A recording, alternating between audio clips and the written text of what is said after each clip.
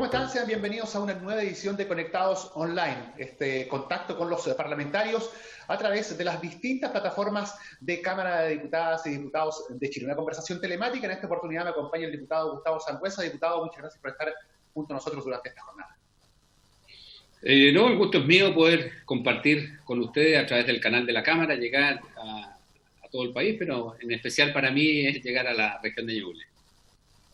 Diputado, en ese mismo sentido vamos de inmediato justamente a lo que tiene que ver con su región, con su distrito, en el marco de esta pandemia de coronavirus que se está viviendo. ¿Cuál es la situación actual al día de hoy, más allá de las cifras oficiales, de las cifras de fallecidos, de personas que han sido diagnosticadas? Voy al tema de la atención. ¿Cómo usted ha percibido la atención a las personas justamente que tienen esta enfermedad? Bueno, recordemos que en Ñuble y Chillán, el eje Chillán Viejo, fueron de las primeras comunas que entraron en cuarentena. Nosotros partimos en marzo ya con cifras que se dispararon a nivel nacional. Éramos la segunda región con más contagiados, producto de un caso específico que llegó desde Perú, que contagió en un gimnasio y que eso irradió fuertemente a todos sus cercanos, lo que hizo y motivó que se tomaran medidas inmediatas, desde las aduanas sanitarias, desde el cordón sanitario que se hace, la cuarentena propiamente tal, y todo eso tuvo un efecto, porque en la medida que la ciudadanía va respondiendo, la región de Ñuble gira mucho en torno al eje Chillán Viejo. O sea, somos 21 comunas donde la capital regional, que es Chillán, recibe una gran afluencia de público, más de 20.000 personas al día, en promedio entre 20.000 a 30.000 personas diarias del resto de las comunas de la región. Y eso, al generarse el cordón sanitario, las aduanas sanitarias, la primera se instaló en Ñiquén, generaron un impacto en toda la región, porque obviamente que se cortó un vínculo que había desde los inicios desde mucho antes, desde que éramos provincia. Entonces, eso fue un trauma bastante fuerte. Y lo que tenemos hoy día, que si bien es cierto, las cifras siguen altas, hay como una estacionalidad ya en los números, comunas que tienen muy poco contagiados y otras que siguen aumentando, y ahí pesa mucho finalmente la responsabilidad de cada uno. La autoridad sanitaria ha tomado, nosotros tenemos una excelente Seremi como Marta Bravo, que ha hecho un trabajo extraordinario, coordinación con todas las comunas, donde están hoy día estos hoteles que para las personas que no tienen dónde pasar su cuarentena, que permiten, ya estamos por instalar el quinto dentro de la región. Entonces se han ido tomando todas las medidas restrictivas posibles. Ahora, el comportamiento ciudadano es imposible manejarlo en su totalidad. Aquí, en el fondo, lo que hace la autoridad sanitaria es hacer un llamado al uno a uno, al autocuidado, a la responsabilidad que tenemos que tener nosotros con el resto, a la responsabilidad que tenemos que tener con nuestro entorno, porque muchas veces nos pasa que gente más joven o más irresponsable, ahí es independiente de la edad, creen que porque a ellos no les va a afectar muy fuerte, pueden transgredir todas las normas. Y eso finalmente conlleva que se contagien personas que a lo mejor son de su círculo cercano.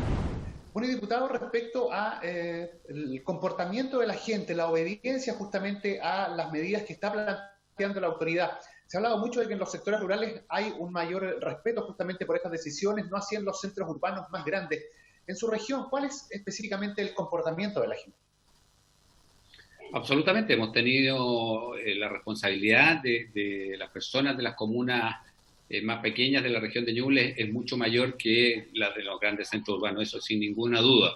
Y las cifras lo demuestran. Nosotros tenemos la comuna de Portezuelo, que tuvo hace 1 o 2 semanas sus primeros casos. La comuna de Cosquecura aún no ha tenido casos, y así tenemos otras comunas que tienen muy pocos casos, que son principalmente las comunas rurales. En Cosquecura se ha dado una batalla constante a aquellas personas que iban a su segunda vivienda. Cosquecura es una hermosa playa dentro de la región, y ese trabajo se ha hecho junto con el Ejército, la autoridad sanitaria, Carabineros, de manera de que esas personas se devuelvan a su domicilio y no lleven finalmente el virus a esas comunas. Y finalmente, diputado, respecto a las medidas que está tomando el Ejecutivo ya, digamos, a nivel nacional, estos proyectos que han sido aprobados por el Congreso, hay algunos sectores que insisten en que son medidas insuficientes. Pero la respuesta del Ejecutivo es que tampoco hay financiamiento suficiente como para poder cubrir todas las necesidades que existen. ¿Cuál es su visión al respecto en cuanto a quizá se podría, digamos, forzar un poco más, entregar más ayuda a quienes hoy lo necesitan? Lo que pasa es que cuando hay un escenario que es incierto, tú no puedes tomar todas las medidas de una sola vez, porque te puedes quedar corto. ¿Y qué pasa si te quedas corto en medio del proceso?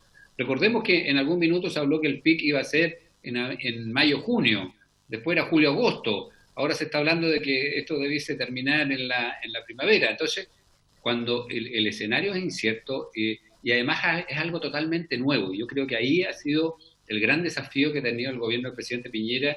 Y mira, las evaluaciones hay que hacerlas a posteriori. Uno no puede evaluar ahora. Las decisiones que se tomen ahora, vamos a saber después que pase esto si fueron o no las más adecuadas. Criticar por criticar, creo que ha sido la tónica finalmente de una izquierda que ha sido bastante intransigente en todo el periodo del gobierno del presidente Sebastián Piñera, y eso al final ha hecho un daño tremendo. No nos olvidemos que veníamos saliendo de este estallido violentista del 18 de octubre que generó mucho daño a mucho pequeño comerciante, a mucha persona que perdió su empleo, y después viene este otro batatazo de esta epidemia que parte a mediados de marzo y resulta que en menos de 15 días Chile se había transformado y había que ir tomando medidas en el corto plazo sobre la marcha.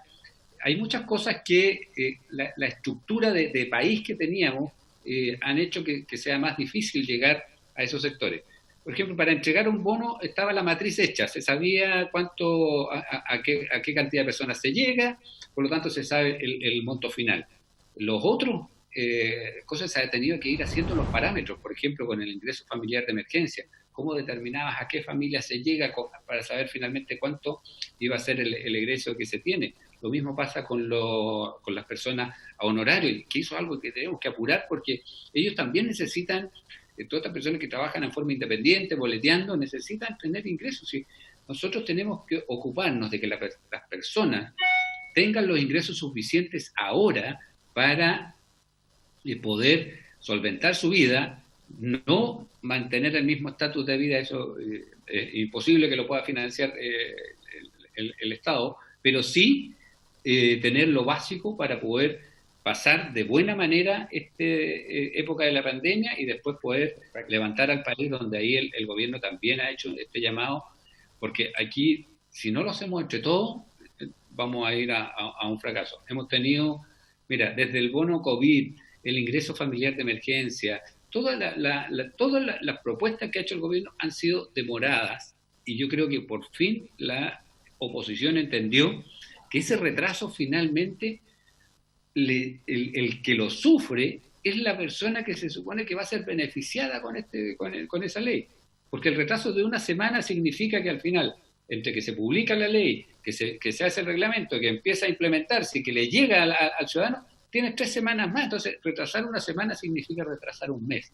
Y eso hay que agilizar la manera en que legislamos, dar la prioridad, darle el sentido humanitario que tienen que tener estas leyes. No solamente un sentido político, hay que darle un sentido humanitario, hay que pensar en esa persona que hoy día se siente con las manos atadas, que le dicen que no puede salir de su casa, pero que mira su despensa, no tiene nada, mira su bolsillo, no tiene nada, y dice, ¿qué hago? A él tenemos que ir con prontitud, y entonces no podemos entrar en la discusión de que no, que son 65.000, no, es que debieran ser 80.000, que debieran ser 90.000. Es infructuoso. Demos los 65.000 ahora, rápido, y veamos si le damos el próximo mes lo subimos. Posterguemos la discusión chica para después, pero lo inmediato hagámoslo al tiro. Eso es Perfecto. como yo veo las cosas, ¿eh? Que es lo que debiéramos hacer. Perfecto, diputado Gustavo Sangüesa. Muchas gracias por haber conversado hoy con nosotros aquí en Conectados Online, la manera telemática a través de las distintas plataformas de Cámara de Diputadas y Diputados de Chile para establecer este tan importante diálogo con nuestros legisladores. Muchas gracias, diputado. Gracias a ustedes, un saludo y un abrazo desde la región de Ñuble. La conversación, el diálogo en esta oportunidad con el diputado Gustavo Sangüesa. Nosotros nos reencontramos en una próxima oportunidad.